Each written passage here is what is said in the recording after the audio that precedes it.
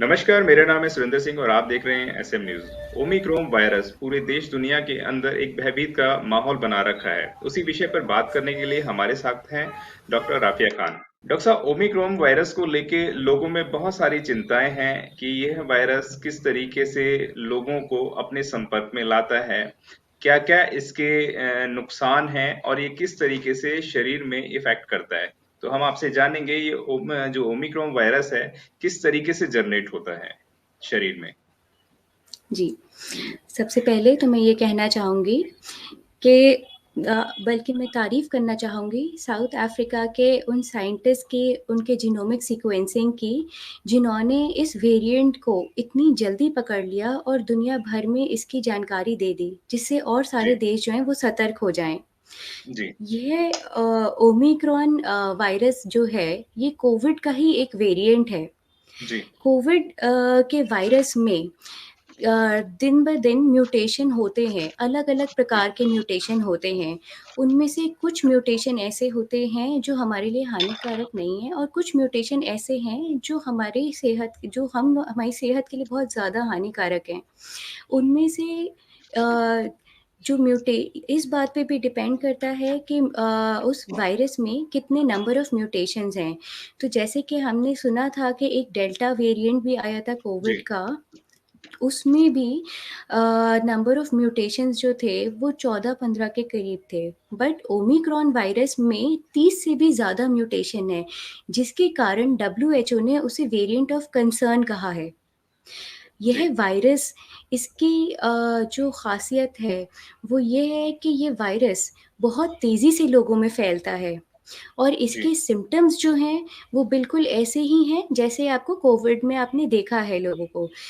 जी, गले में खराश, खाँसी, बुखार, वही सिम्पटम्स आपको आएँगे, लेकिन ये लोगों में जो कोविड वेरिएंट हमारे हिंदुस्तान में पहले आया है, ये उससे कहीं ज़्यादा घातक है और बहुत तेज़ी से फैलने की क्षमता रखता है। जी। इसीलिए ये काफ़ी खतरनाक भी है। डॉक्टर साहब, क्या इसका कोई वैक्सीन वगैरह या ड्रग्स वगैरह है जो जिसकी को खाने से हम लोग थोड़ा सेफ हो सकते हैं?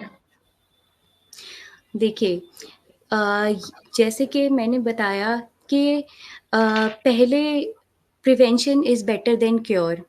हर जी, बीमारी के लिए प्रिवेंशन इज़ द की। जी, बेशक हर बीमारी के ट्रीटमेंट के लिए दवाइयाँ अवेलेबल हैं, वैक्सीन्स अवेलेबल हैं, बट सबसे पहले होता है उसका प्रिवेंशन। हमें जी, प्रिवेंशन पे ही ज़्यादा स्ट्रेस करना है क्योंकि कोविड में जिन चीज़ों से हमारे देश को और बाकी दुनिया भर के लोगों में भी जो देखा गया है कि वायरस के ट्रांसमिशन में कमी आई है, वायरस के केसेस कम हुए, कोविड वायरस के केसेस कम हुए हैं, वो सिर्फ़ हमारे प्रिवेंटिव मेजर्स की वजह से ही जी, कम हुए हैं। उन प्रिवेंटिव मेजर्स में जैसे कि आता है आपका हाथों का हाइजीन मेंटेन करना, हाथों की सफाई, वेल फिटिंग जी, फेस मास्क आपको पहनना है। फिर आपको जो क्राउडेड प्लेसेस हैं, जहाँ भीड़-भाड़ है, उन जगह पे जाना अवॉइड करना है। आजकल शादी का सीज़न है, लोग भूल चुके हैं कि क हमारे हिंदुस्तान में पहले कोविड आ चुका है और लोगों ने कैसे-कैसे केसेस देखे हैं। जी, सब लोग अब वापस उसी गैदरिंग कर वापस वैसे ही गैदरिंग करने लगे हैं जैसे कोविड के पहले हुआ करती थी, जो काफ़ी चिंताजनक बात है, जी, क्योंकि इससे कोविड फैल सकता है। तो हमें गैदरिंग जी, पे रोक लगानी चाहिए, गवर्नमेंट को ऐसे मेजर्स लेने चाहिए कि गैदरिंग फिर से कम हो जाएँ कम हो जाए। और बिल्कुल और हमें अच्छा, कोशिश करना चाहिए डॉक्टर कि साहब, मैं हमें आपसे यहाँ पे एक बात पूछना चाहूँगा, क्या इससे बचाव है? जिन्होंने कोविड वैक्सीन लगा रखा है, तो क्या वह भी इसमें सेफ्टी देता है? कोविड वैक्सीन का जो टीका लोगों ने लगवाया हुआ है, अगर उनको लगा हुआ है, तो क्या उनको भी होगा या नहीं होगा या उससे बचने के बचाव थोड़ा हो सकता है? क्या कहना चाहेंगे? देखिए, वैक्सीन का एग्ज़ाम्पल मैं आपको बताती हूँ, जैसे कि हम कार की सीट बेल्ट पहनते हैं। आपने जी, सीट बेल्ट लगा ली, तो इसका मतलब जी, ये नहीं कि वो सीट बेल्ट आपको एक्सीडेंट से प्रिवेंट करेगी, बचा आपका लें, एक्सीडेंट नहीं होने डेफ़िनिटली। द जी, लेकिन आपका बिल्कुल। एक्सीडेंट होगा तो आपको बचाएगी, आपको जी, उतनी चोट नहीं लगने देगी कि जितना अगर आप बिना सीट बेल्ट के गाड़ी चलाएँगे। इसी जी, तरह हमारा कोविड का वैक्सीन है, ये जी, आपको प्रोटेक्ट करेगा, आपके अंदर इम्यूनिटी डेवलप करेगा, जी, लेकिन ये 100% हम नहीं कह सकते कि आपको इन्फेक्शन नहीं होने देगा। आपको जी, इन्फेक्शन कोविड का फिर भी हो सकता है, जी, लेकिन जो आपके अंदर इम्यूनिटी बिल्टअप हो गई है इस वैक्सीन को लगने जी, की वजह से, उसकी वजह से आपको जो बीमारी अगर या इन्फेक्शन हुआ, तो उसके सिम्पटम्स बहुत माइल्ड होंगे। हो जी, सकता है कि आपको अस्पताल तक जाने की भी आवश्यकता ना पड़े। जी। इससे तो जो बचाव क्या है वह हमें बताएँ? किस तरीके से हम अपने को बचा सकते हैं इसमें? जैसे आपने बताया शादियों का सीज़न है और सरकार को भी इस पे थोड़ा सख्ती से काम लेना चाहिए। और क्या बिल्कुल, कारण है कि बिल्कुल। हमारे भारत देश के लोग जो हैं, वह जब तक सिर तक नहीं आ जाता है, तब तक उससे बचाव नहीं करते हैं। कोविड की महामारी इतनी जब बड़ी तादाद में हो गई, तब लोगों ने इसमें मास्क लगाना शुरू करा और आज भी लोग बिना मास्क के घूमते हैं। अपना सैनिटाइज़र भी कम कर दिया है, हैंड वॉश भी बिल्कुल। नहीं करते हैं। तो शादियों में भी बड़े उत्सव को बच्चे बहुत अच्छे से सेलिब्रेट भी कर रहे हैं। तो ना तो कोविड का डर है, ना ओमिक्रॉन का डर है, क्या कारण है? क्योंकि हमारे देश में आज जो नंबर ऑफ केसेज़ हैं कोविड के, वो 10,000 से भी ज़्यादा कम है। तो जी, लोगों को लगने लगा है कि हमारे हिंदुस्तान से कोविड बिल्कुल ख़त्म चला हो गया चुका है। है। बिल्कुल चला गया है, इसलिए उन लोगों ने जो उनके बचाव के जितने मेजर्स थे, उन सब पे बिल्कुल ही ढील-सी दे दी है।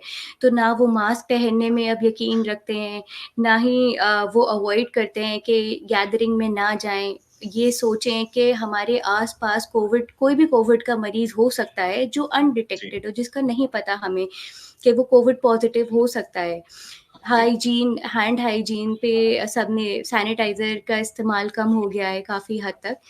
जी, लेकिन ये वैक्सीनेशन के लिए मैं ये कहूँगी कि बहुत लोगों के दिलों में अभी भी डर है कि शायद वैक्सीन लग के उनकी मृत्यु हो जाएगी। तो उन सबको मैं अपना ये मैसेज देना चाहूँगी कि वैक्सीन्स बहुत सेफ़ हैं, दोनों कोविशील्ड और कोवैक्सीन और मैं अनुरोध करूँगी कि प्लीज़ आप लोग वैक्सीन लगवाएँ, जिससे कि आपकी बॉडी में इम्यूनिटी डेवलप हो। फिर चाहे हमारे भारत में ओमिक्रॉन आए या कोई भी फॉर दैट मैटर कोई भी वेरिएंट आए, एटलीस्ट हमारी बॉडी में कोविड के अगेंस्ट इम्यूनिटी रहेगी, तो इन्फेक्शन अगर हमें हुआ भी, तो वो माइल्ड फॉर्म का इन्फेक्शन होगा। जी। मैं दोबारा से आपसे जानना चाहूँगा ओमिक्रॉन के जो लक्षण हैं, वह क्या हैं? ओमिक्रॉन के जो लक्षण हैं, वो बिल्कुल कोविड की तरह ही हैं। जैसे कोविड में आपको लक्षण हुए थे, गले में खराश, ज़ुकाम, बुखार, वैसे ही लक्षण हैं। ये माइल्ड फॉर्म में है। जो सीवियर फॉर्म है, उसमें आपको ओमिक्रॉन में वैसे अभी कोई सीवियर केस डिटेक्ट हुआ नहीं है कि जिसे इंटेंसिव केयर यानी आईसीयू की ज़रूरत पड़ी हो। अभी तक हमारे जी, पास जो केसेज़ हैं, वो माइल्ड केसेज़ ही हैं और उसमें जी, वही सब सिम्पटम्स हैं, जो आपने कोविड में देखे थे। जी। क्या लगता है कि अगर लोगों ने सावधानी नहीं बरती, तो क्या ये है कोविड की तरह महामारी का रूप ले सकता है ओमिक्रॉन वायरस? क्योंकि बड़ा इसको बिल्कुल, भयभीत तरीके से देखा जा रहा है और बताया जा रहा है। बिल्कुल, बिल्कुल, क्योंकि ओमिक्रॉन में मैंने आपको पहले ही बताया था कि ओमिक्रॉन वायरस जो है ये क्षमता रखता है बहुत जल्दी फैलने की। जी, इसलिए इसीलिए इसको वेरिएंट ऑफ कंसर्न भी कहा गया है और इसमें 30 से ज़्यादा म्यूटेशंस हैं। ये एक इंसान से एक पेशेंट से दूसरे इंसान को बहुत जल्दी लगता है। तो अगर अ, हम ये मान के चलें कि 1-2 केस आ गए हैं हमारे हिंदुस्तान में, तो हमें मान के चलना चाहिए कि जल्द फैलने के चांसेस हैं, अगर हमने अपने प्रिवेंटिव मेजर्स को कहीं भी ढील दी। हमें अपने बचाव के सारे जो मेथड्स हमें गवर्नमेंट ने बताए हैं, हमें सब कुछ फ़ॉलो करना है जी, और अपना वैक्सीन डोज़ टाइमली ले लेनी चाहिए हमें। जी। मैं यहाँ से कोविड का ज़रूर पूछूँगा कि ये कोविड क्या तीसरी महामारी फिर दोबारा से लौट सकती है या नहीं लौट सकती? तीसरी लहर? देखिए, तीसरी लहर पे तो मैं ये कहना चाहूँगी कि लहर तो आती है जब आपके बचाव आप अपने बचाव को खुद कम कर देते हैं। एकदम नीचे कर देते हैं। आप अपने बचाव के सारे मेजर्स कम कर देते हैं। जी, जब आप खुद ही और जैसे कि मैंने पहले बोला कि prevention is better than cure. अगर आप टाइमली सारे प्रिवेंटिव मेजर्स लेके चलें, जी, अपना गवर्नमेंट हेल्थ इंफ्रास्ट्रक्चर स्ट्रॉन्ग पहले से ही पॉलिसीज़ बनाए, सारे अपने नियम लागू करे, आरटी-पीसीआर टेस्टिंग पे ज़ोर दे, गैदरिंग्स पे रोक लगाए। तो जी, तीसरी लहर अगर आए भी तो हम ये कह सकते हैं कि शायद वो इतनी घातक ना हो कि जितनी दूसरी लहर थी। लेकिन जी, अगर हमारे प्रिवेंटिव मेजर्स कहीं भी कम हुए, कहीं भी अपना बचाव हमने कम किया, वैक्सीन लोगों ने नहीं लगवाई और हमारी गैदरिंग्स होती ही रहीं जैसे अभी चल रही हैं। लोगों ने जी, मास्क पहनना छोड़ दिया है, वो ऐसे ही ढील दे दी उन्होंने, मास्क नहीं पहना, जी, हाथ सैनिटाइज़ नहीं करे। तो जी। डेफ़िनिटली फिर ये इसमें कोई देरी नहीं है कि तीसरी लहर जल्द आ सकती चौथी भी है। लहर आ सकती है, बिल्कुल। बिल्कुल, आपने ह बिल्कुल। जी, आपने हमारे साथ डॉक्टर राफ़िया खान जिन्होंने हमें बताया कि ओमिक्रॉन जो वायरस है बहुत तेज़ी से फैलता है और ये कहीं ज़्यादा कोविड से ज़्यादा खतरनाक वायरस है।